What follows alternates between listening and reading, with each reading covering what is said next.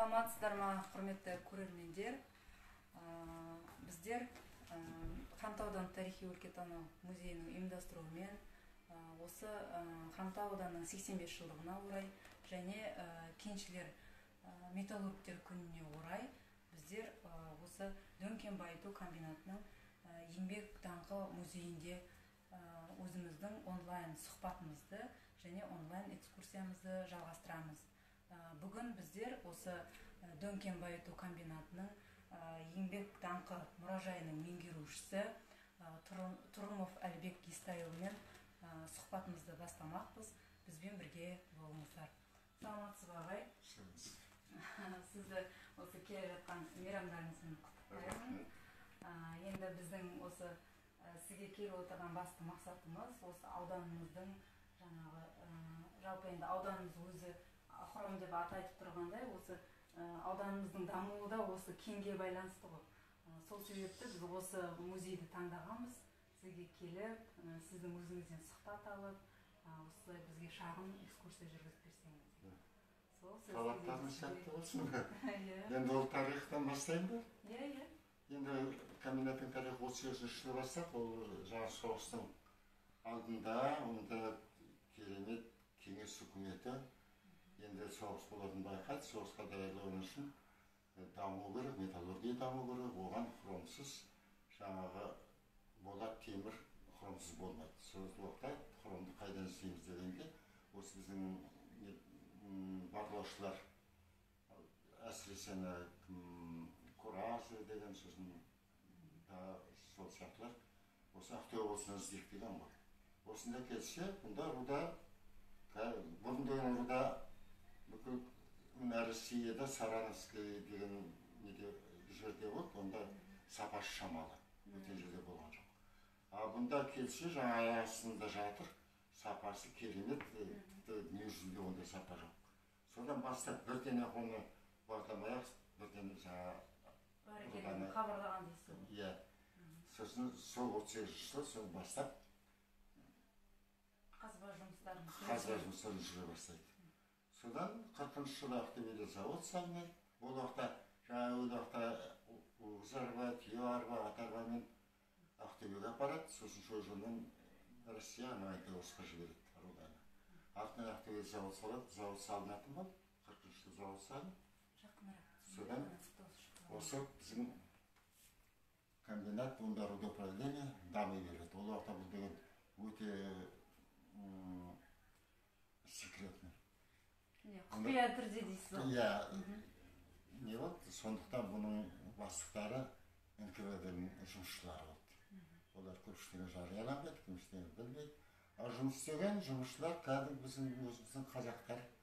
Осында осы мұражайды қарап жүргенде бір жігіт айтады. Жанелдің, менің шешемде қағаз бар. Жаңағы барлаушылар сол Жангелдте болған, соны серварының осыған тасқан, сол жаңағы премия берген деген қағазды жазды. Солай сол Жангелдтен осы серварымен келіп медаль алды бұяқта. Сосын солай жұмыс басталды. Сосын дамиды, дүниежүзілік деңгейге жеткен дейсіз ғой. Енді жалпы осы хром өндіруден жалпы Қазақстан дүниежүзі бойынша 3-ші орында тұр екен.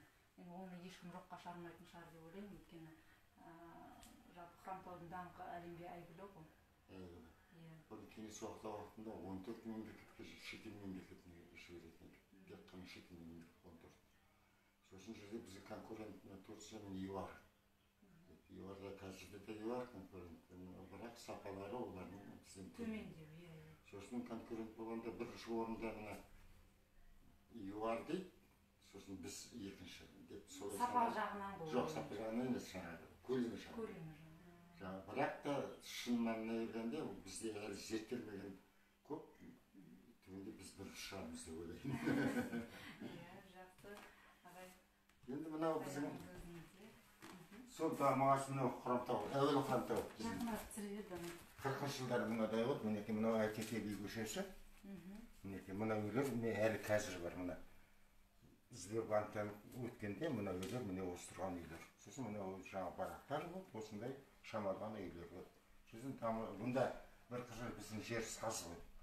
Жүре алмайтын мына тротуарлар тақтайдан салынған болды. Сосын осындай үйлерге тұрды. Мына жағында жаңа сосын өздері жеке үйлер салына бастады. Сонымен дами берді. Енді қазір көрінісі міне мынадай қырым. Мынау жалпы біздің Хромтау қаламыздың макеті ғой. Қала болған уақытта мына жаңа үйлер мінекей, ана үйлер. Мына үйлер міне, мына үйлер міне. Айтып келейіндегі. Мынау мәдениет үйі, біз тұрған. Мына үйлер, мына жаңа үйлер әлі бар. Анау Ақын көшесі, мына жерде, мына Пушкин көшесі. Мына жер ғой болған тек мына жер. Сол дамай осылай. Үлкен көлемге жеткен, иә. Мынау жаңағы балдардың демалатын лагер, мұғажар, баяғы рудный ашық жұмыстар болып, шахта болған жоқ. Бүкіл Хромтаудың осы өркенде осы рудный кетті.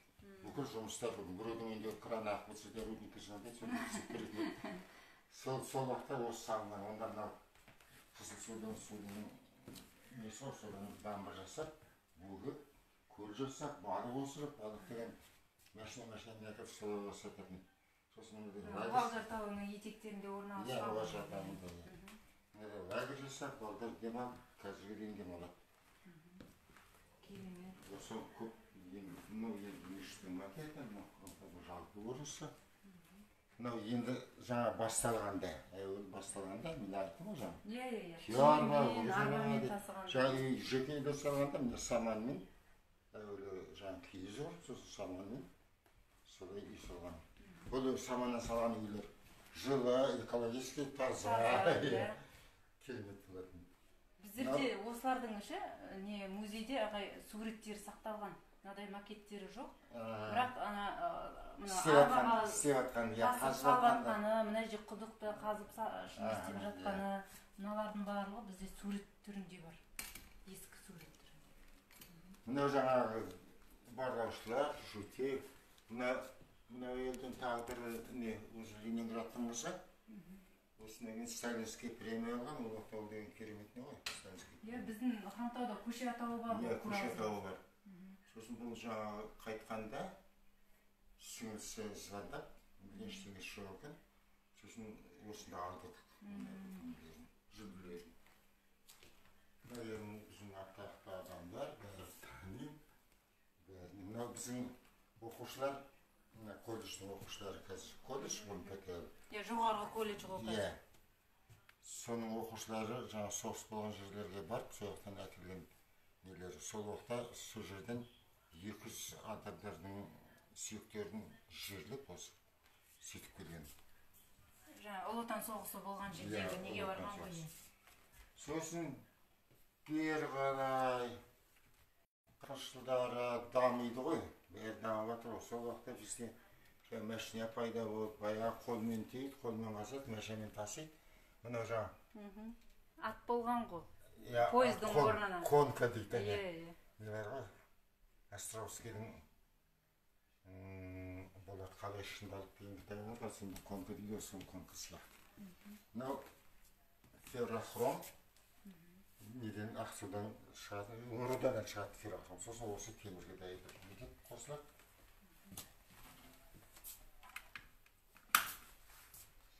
Сосын мына әуелгі мына хром деген өзі негізі аты хром бояу деген. Иә, түс деген мағынаны береді екен.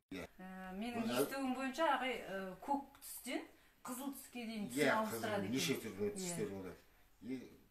Бұрынғы заманда одан тек бояу жасаған, сосын бері келген металлургияда пайдаланып, бояулардың неше түрлі.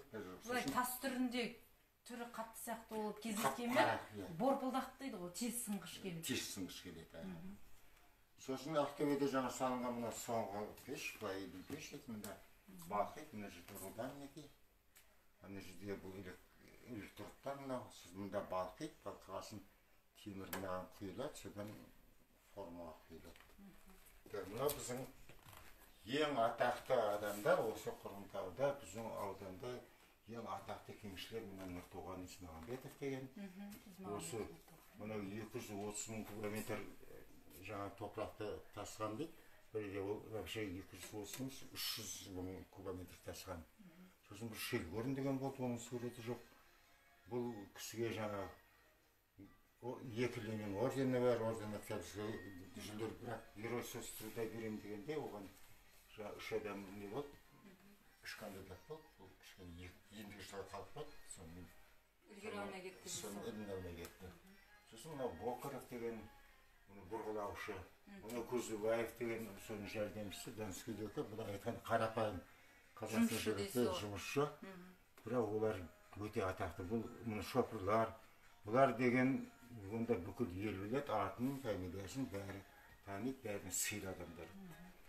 Құрметті көрермендер, естеріңізде болса, Хромтау музейум Инстаграм парақшасында осы Ізмағамбетов Нұртоған туралы пост жариялаған болатынбыз. Сол жерден оқып алуларыңызға да болады. Бұл Ізмағамбетов қайтыс болғанда митинг болды. Сонда осы Хромтаудың районының әкімі айтып еді, бір көшенің атын қоямыз, ешкіртіп қоямыз деп, ол сол жерде қалып қойды деймін. Ол әкімде жоқ қазір. Сол мынау енді бері-бері келгеннекке жаңа қолмен қазуды қойды, экскаватормен. 60-шы жылдар деп тұр ғой. Иә. 60-шы жылдар. Сосын мынадай бұрғылаушы не болды, станок осымен кесет жерді аттырады. Неке аттырып атыр, мынадай қылып аттырады. Сосын мынау босағасын жер, мынау паровоз. Паровозға тиіп, бұрын деген паровоз болды. Мынау вагондар. Электровозниктер осында жұмыс жасайды ғой. Мынау паровоз немен, бумен жұмыс істейді. Бумен жұмыс жасайды. Көмір жағады. Ішінде мына неде, ішінде не болады? Отыратын арнайы котел да? Мынау енді біздің шахтың ішінде көрініс. Так, мұны қазақша не дейтін? Бұрғылау ғой. Жоқ, мұны выработканы біреміз біріне. Орысша айта беріңіз ағы. Бұның атты, мұна кен жұмысындағы терминология шынына келгенде, ол немістен келген бір орд, Бремсберг дейді, Штрек дейді. Енді қазір біздің қазақшаға ауытыр өре болады. Бұл қазақшасын білмеймін, орысша жоқ, орысша сол айта беретін. Сол бір выработка, мысалы орд болсын. Мұны бұрғылайды ананы, бұрғыланан кейін оған дәрі салатты аттырады. Кеншілердің нағыз жұмыс жасау процесі ғой. Жұмсатын жұмыс жері. Осылай коридорға өтеді, аттырғаннан кейін мұны вентилятормен Арнайы каркастар қойылады. Ауаны тазартады, содан кейін мұны бір каркас қояды. Жиі темір, әшін темір емес, ол қатты болады және. Бұл анау сынбайды, майысады, отырады. Ол сынса, күрсінсе, адам қалып қоюы мүмкін. Аржағын темірден сеткі салады, сосын шоғын жол келтіреді, осылай өте береді. Рудаға жеткенше, рудаға жеткенсін, сосын руданы қаза бастайды. Рудаға жеткенде, мінекі мынау, соған келесін шойын жол, мынадай кішкентай погрузчикпен киіп, мынау электровоз, бәрі осы адамның бойынан аспайды. Осындай ғой, осы бектің ішінде осы бәрі. Машиналар да бар, ол карьерден сырттан келетін машиналар. Сосын руданы алу үшін мынадай үңгір жасайды ғой әуелі. Мынадай үңгір жасайды, сол үңгірден осы үңгірден жоғары қарай үстіне руда болады. Соған ол мынадай кішкентай емес, үлкен скважина бұрғылайды мынадай алтын еки 20-18 метрге дейін. Соны аттырады, осы үйдің көлемінде, осы бөлменің көлемінде. Аттырғаннан кейін ана босайды, сосын бір тесік қалдырады. Сол тесіктен сол руда жаймен түсе береді. Оны мына скрепер шықты. Сол мына скрепермен мұны жаңағы ешкі тұрмайды, талықсақ тартып. Мұны бір тесік бар, содан вагон өтседі. Сосын вагон толғасын, бұны тіркеп алады. Бір вагон емес қой. Бірнеше вагон болады ғой. Соны тіркеп алып, сосын мынау жаққа аппарат неті. Мына жерде. Мынау аппарат дейді. Мынаның ішіне кіріп, мынау бочка сияқты. Осының ішіне кіргенде аударылады. Аударғанда руда төмен түсіп, төмен мынадан түсіп, содан ұнтатылады, одан да төмен түсіп, сосын конвейерден бар. Мына жерде бір не бар, бочка сияқты деген скет дейді. Соны жоғары шығарылады. Мынау жаңағы ашық жұмыстары, карьер. Ашық түрде алынатын әдісі ғой, иә, ашық түрде алынатын. Мына жаңа сарапов карьер, бұның тереңдігі 300 метрден астам. Бұның үстінен қарағанда, мына экскаватор ғой. Оның тек қана доғада мынадай өсімшесі адамның бойымен бірдей. Үстінен қарағанда табылса кішкентай болып көрінеді. Мынау қара руда, мынау әшейін топырақ. Мәшіне мінекей. Бұлай мынау жол. Осылай жолмен бұлай кеткен. Осылай төмен түсіп, айналып міне. Бұлай төмен түсіп, келіп шығып. Енді осы жерде сұрақ ағай сізге. Жалпы әртүрлі әдіспен алынады ғой негізі. Ең тиімдісі осы ашық әдіспен алынғаны ма? Ашық ең тиімдісі, ең арзаны. Бірақ ол енді 300-400 метрге дейін ашуға алынуға болады. Одан да терең алуға болады. Бірақ мысалы онда мына жерде нерін деген бар, соны ашық алайық десек, мына көлемді күйіп кетеді. Ол үшін мына бүкіл ана жаңа халықаралық трасса бар, сол кетіп қалатын болды, сол көлемде көп жер нетіп қалады. Қазылып қалады, сол себептен. Сондықтан енді мынау, мысалы мына жерде 300 жердегі руда бітті ғой. Міне мынау. 300 жердегі бітті. Енді қалған руда 700 метр тереңдікте. Тереңдікте дейсіз ғой. 700 метрге мынау қара руда. Оны алу үшін енді мынаның бәрін қазбай, онда бүкіл онда қымтау кетіп қалады оның үшін. Мынадай шахта қазады, мына оқпан, ствол. Екі шақтан, үш жерден қазады, әр шетіне, ан жақ шетіне, мын жақ шетіне, сосын арасын қосап, ауа жүріп тұру үшін. Сосын бұлай қазады. Ауа айналып. Иә, ауа айналып тұру. Сосын жаңа айттым ғой, мынадай мектепте, жаңа анадай коридорларында. Осындай сосын руда түсіп, содан қазып, осыдай шығарады, әне жерден шығарады. Қазір сондағы ең терең қазылған тереңдік 700-ден астам болып тұр. 700-ден астам. Қазір ДНК ол уже 1000-ға жақындап қалды. Мынау 700-ден бітеді, ДНК ол 1000-нан асады. Қорқынышты шығар ояққа түсу. Үйреніп қалған, қорқпайды. Мысалы, мына ашық жұмыста істегенде, шахтада істеген тыныштылау. Мысалы, ашықта күндіз, мысалы 34 градус. Ана жаңа спецовканың киіммен пысынап, жанып жұмыс істеп жүресің. Ашақтың ішінде бір ауа, бір қалпында, қысты күні боран жоқ, жел жоқ, қар жоқ, жазды күні ысы жоқ. Шақтың іші жақсы. Мына жаңа экскаватор. Мынау жаңа 10 кубдық, мына бір ковшпен бір алғанда, мына экскаваторның ковш дейді. Мынау 5 тісі бар. Соның біреуі мынау. Мынау болғанда мынау екен, анадан кішкентай экскаватордық, ананыкі мынадан да бейік мынадай. Мынау машина 154 тонн көтереді, мынау 100 тонн көтереді. Мынау бұрғылайтын станоктар. Сосын бұрын деген барлағанда, родан әуел уақытта 38 жылдардың родан алды ғой, аясына қазылып, сол бітіп қалды. Ана жерде бар жағын білу үшін, мынандай құдық қазылды. Қолмен қазылды. Иә, құдық қазылатқан сурет бар жаңа, сол ғой. Шелекті салып, қолмен қазап, сосын қаза береді, біле тақтаймен еп, сосын міне родаға жетті, қара рода. Сосын родан алады, сосын қаншаға бар екен бұлай қазып көреді, онда жаңағыдай сөйтіп солай байқайды. Қазіргі заманда мынадай станок бар, олар кесет төменге қарай, сонадай мынадай шығады, мынадай керін шығады, керін дейді. Мынадай тесті ғой, мынадай шығады, мынау қарайды, мынаның бәрі әшейін тас. Сосын бір жерде руда кездесті. Мына жерден мінекін мысалы. Қап-қара болып шықты, мына жерден руда бар екен. Мына жерден бастап уже мына жерде глубины аржағы жоқ екен. Сонда қандай еңбек, ағай, құдық қазу, оны барлау, бұл өте бір ауыр жұмыс. Ауыр жұмыс, қолмен қазу. Қанша еңбек, жігерді қажет етеді? Оған сол уақытта.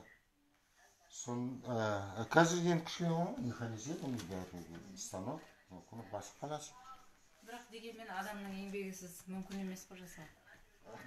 Адамсыз болмайды, адамсыз. Сол уақытта мынау экскаватордың дамуы, дизельный болды экскаватор, сосын мынау жаңа үлкен экскаватор. Мынау станоктер, кесетін. Мынау станок бар ғой? Қарапайым ақ станок. Ана жерде бір не сияқты. Ойыншық сияқты ма? Жоқ, лом сияқты. Бір тонналық лом, мысалы. Соны тұрысынан баяқ қояды, сол бүйтіп дүңкілдеп жерді ұра береді, кіре береді, қаза береді, сол кесетін. Мына машиналар, әуел уақытта мынадай кішкентай машина, сосын МАЗ-525 деген ол жоқ екен. Мынау ГелАЗ болды, сосын мынау шетелдің машиналары, мынау. Мынау сонда қанша тоннаға дейін аға? Мынау 154-180-ге дейін. Таситын бар. Неғұрлым ауыта, соғұрлым не ғой, экономичный. Мынау мінеки жаңа оқпанды ствол. Жердің жаңа баста жердің бетінен бастап қалсағанда осылай қалсын. Әуелі мынадай уақытша копер дейді, мынадай құрат. Сосын әуелі шаман қазады, мынау пароходский полок дейді. Осы мына арасында адам жүреді. Төмен қарай мынау төмен түседі мына жерге. Сосын бұрғылайды, аттыраннан кейін көтереді. Сосын мына бір екеуін мына шелекке тиеп шығарады. Содан кейін жаңа нені қояды, бетон, не, үсті жабық, басына үстіне. Сосын жаңа труба, кабель, бәрін қондырады, сосын төмен қарай кете береді. Қазір мінекей айттым ғой, жаңа бір шақырымға жақындап кетті. Мынау жаңа шахтадағы электровоз ішінде жүретін. Мынау 3D. Шахта молодежная. Немен принтермен істеген 3D немен, мына 80 жылдығына макет жасап берген. Макет жасап берген, иә. Шахта молодежная. Мына жаңа шахтың арасындағы тесттерді өтетін столдың арасындағы станоктар. Бұлар мінекей әуелі кесіп алады, сосын бұлай кеңітеді, бұлай жоғары қарай. Так, сосын мынау баяғы. Мынаны істеген жаңағы Зейнолла ағай. Шақырамыз ба, көрсетеміз ба? Болады ағай шақырып келген. Зейнолла берген.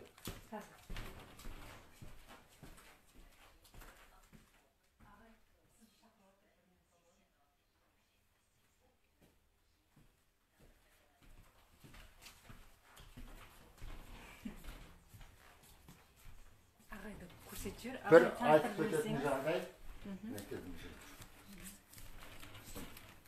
Ағай сіз Бір айтып кететін жағдай. көрермендерге. Мына осы мына макеттердің мынаның бәрін істеген өзіміздің авторы және қолынан жаңа өнер тамған мына Зейнолла ағай. Осы баяғыдан осы істеп келе жатыр. Осы еңбек әдемі макеттердің бірі осы ағайдың қолынан шыққан. Рахмет. Сау сұхбат болыңыз.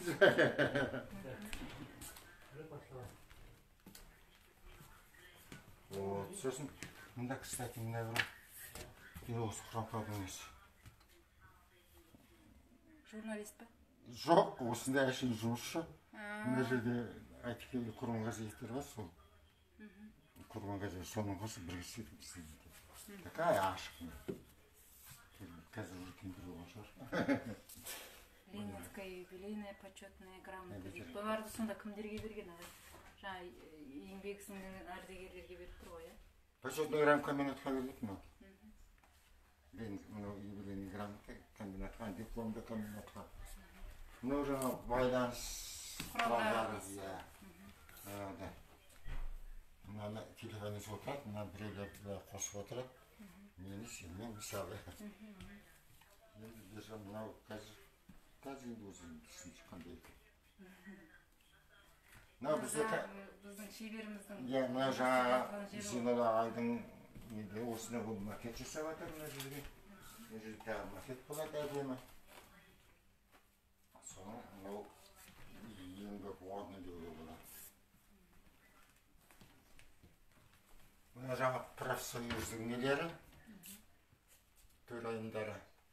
Мынау комбинаттың бастықтары, директоры, бұрын директор болған жоқ, бұрын болған, мынау НКВД болды.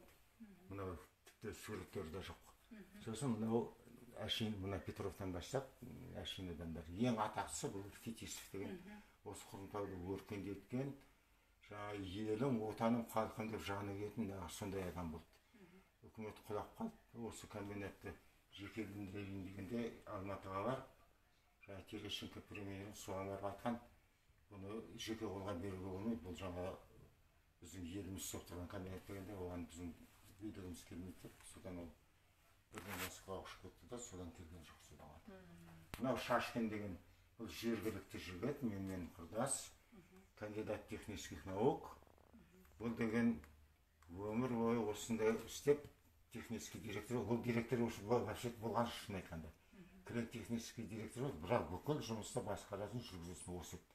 Мына директорлардың уақытында да, келді уақытында да осы ең несі. Бұның ішінде ең,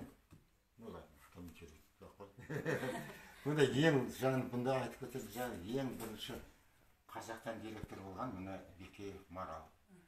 Марал деген осы сияқты туып өскен жігіт, руы 6 кісі. Осы рудникте бастап баласы ғой, шатасы? Иә. Осы неде рудникте жұмыс істеді. Саратовта бітірді оқыды.